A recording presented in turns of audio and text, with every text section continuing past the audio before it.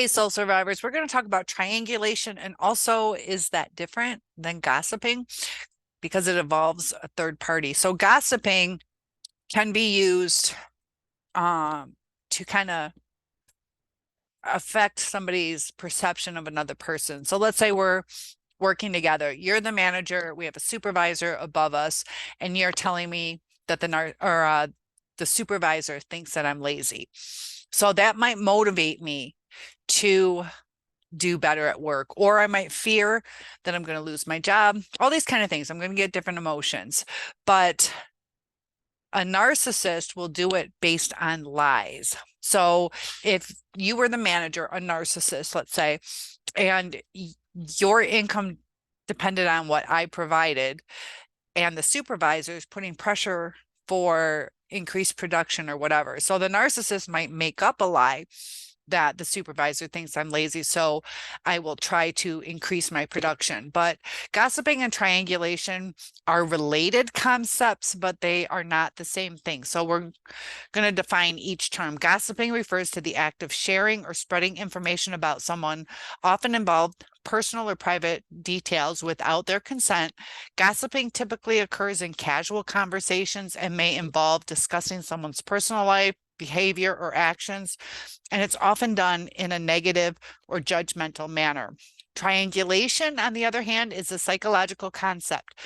Triangulation is a psychological concept that involves manipulating communication or relationships between individuals by involving a third person. It can, as a dynamic where one person, often the instigator, seeks support or validation from a third party to strengthen their position or to create conflict within the relationship or group. This third person is usually brought into the situation to take sides or act as a mediator, often without the knowledge or consent of the other parties involved. So, while gossiping and triangulation can involve sharing information about others, these are the differences. Intent. Gossiping usually primarily focuses on discussing someone's personal life and actions, usually for entertainment purposes or to feel a sense of superiority, kind of like I got the goods. The intent behind gossiping is often to share information or engage in idle talk without necessarily seeking a specific outcome. Out of boredom, let's talk about this. Triangulation, though, involves a more calculated intent to manipulate relationships or create conflict by involving this third person. The purpose is to gain support, exert control, or shift power dynamics within a relationship or a group. Involvement of a third party the gossiping can occur without involving a third person directly. It typically relies on the individuals present in the conversation where information is shared among them. Triangulation, on the other hand, specifically includes a third person who is unknowingly or unwittingly drawn into the situation by the instigator. The third party may be manipulated or used as a pawn to further the instigator's agenda or to create tension between other individuals. Impact on relationships. Gossiping can damage relationships and trust between the individuals involved, particularly if the information shared is negative or harmful. But the direct impact is usually confined to those who participate in or are directly affected by the gossip. Triangulation, though, can have more significant impact on relationships as it involves the manipulation of communication and dynamics between multiple individuals. It can create confusion, tension, and even cause long-lasting damage to the trust and rapport among the parties involved. So, in summary, gossiping is triangulation. They're distinct concepts. Gossiping, sharing or spreading information about others, often without consent, but triangulation refers to the manipulation of relationships or communication dynamics by involving a third party. And narcissists love to use triangulation to pit people against each other. It changes the dynamics. It gives a power shift. It gives the narcissist a feeling of superiority. Sometimes they get a kick out of, if it was a man, getting two women to fight against each other, or to, if they want to get rid of one, that they're going to have this one attack the other one and make it so miserable that they leave. It's a manipulation tactic.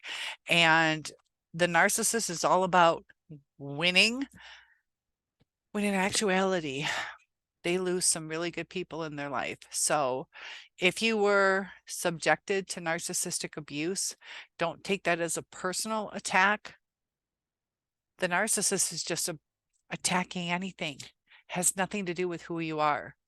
And stay strong and true to yourself. Know that you are a beautiful person. And a lot of times it's really sad how hard we try to love this person.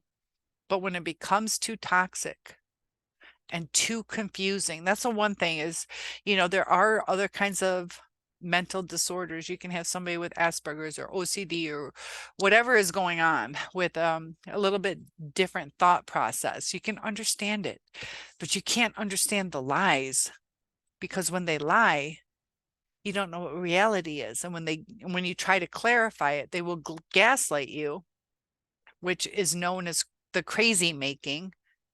And it literally will drive you crazy.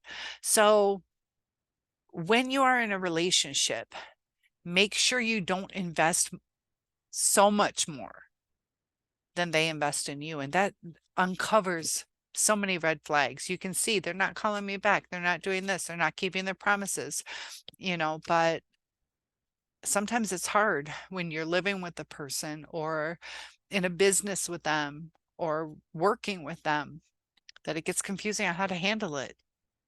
So if you notice, the more you try, the more they go away. So the less you try can kind of make it a little more balanced, but be careful when you leave the narcissist. A lot of times that's when they lose control and can go on full attack. So be aware of that. Sometimes full narcissism doesn't become apparent until the breakup, that you'll see their true colors. And if it was a person who loved you, they shouldn't be doing all these things to you. They are self-serving, and a lot of them don't want to change. It might be different if they wanted to change, but empty promises and future faking isn't going to make you happy. So look within you, understand why you overlooked a lot of the red flags, why you stayed as long as you did. And a lot of times we stay because we feel that it'll work if we just try harder. But when you try harder, it gets to the point of exhaustion. And we all have limits. So know what your limit is. Set those boundaries around that, because you deserve to be happy too. It's not always about the other person. You're a part of that partnership, and you deserve something in return, like a balance.